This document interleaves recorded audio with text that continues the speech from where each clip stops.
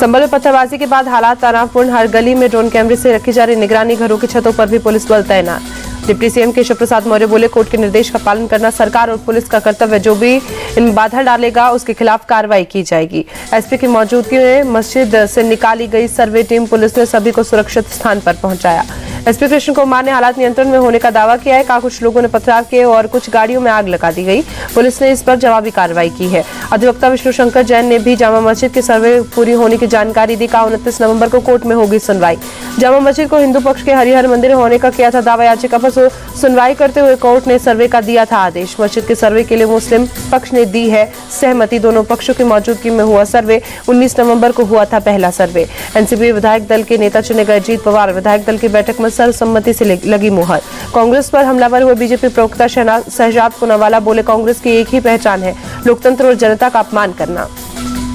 महाराष्ट्र चुनाव परिणाम को लेकर बोली शिवसेना नेता शाइना एनसी। कहा, महायुति ने जिस तरह की जीत देखी वो राजनीति के प्रदर्शन की सुनामी।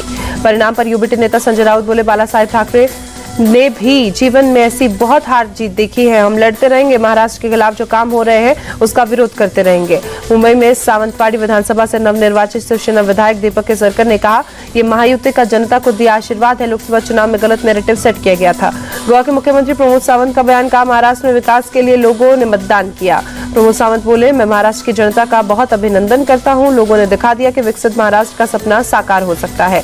26 नवंबर को झारखंड के सीएम पद की शपथ लेंगे हेमंत सोरेन। राहुल गांधी, अरविंद केजरीवाल, तेजस्वी यादव समेत शामिल होंगे इंडी गठबंधन के तमाम नेता।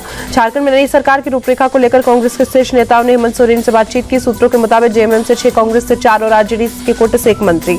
झारखंड विधानसभा चुनाव के नतीजों पर प्रदेश बीजेपी अध्यक्ष बाबूलाल मरांडी बोले, हम सब अपनी खामियों को देखेंगे कि कहां चूक रह गई। बाबूलाल मरांडी ने घुसपैठियों के मुद्दे को बताया राष्ट्रीय मुद्दा। कहा, झारखंड सरकार ने उनके राशन कार्ड, आधार कार्ड और वोटर कार्ड बनाए, इसलिए ये जांच का विषय है।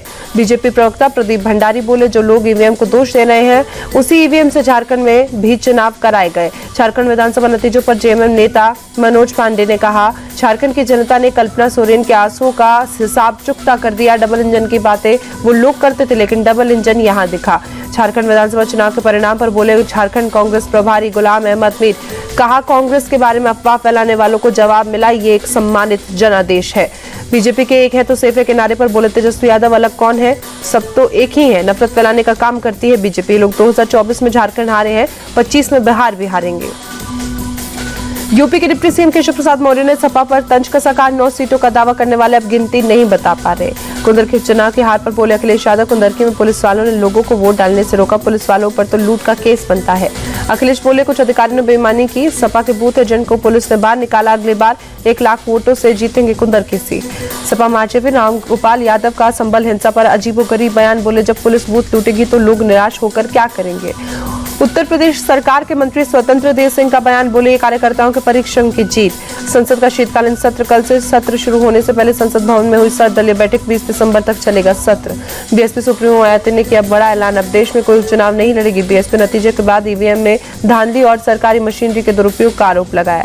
पटना में जमीयत उलेमाए हिंद का वक्फ बिल के खिलाफ सम्मेलन। बड़ी तादाद में बाबू सभा ने जुटे मुस्लिम समुदाय के लोग, हमें वक्फ 2024 नहीं चाहिए के नारे लगे। जम्मू के सिधरा इलाके में सुरक्षा बलों ने चलाया तलाशी अभियान। संदिग्ध विस्फोटक की मिली है सूचना। अहमदाबाद में एक कपड़ा फैक्ट्री में आग लगी, दमकल की कई गाड़ियों ने आग पर काबू पाया। कोलकाता में उल्टाडांगा इलाके में 10 से ज्यादा घरों में आग लगी, मौके पर पहुंची दमकल की 6 गाड़ियों ने आग पर काबू पाया।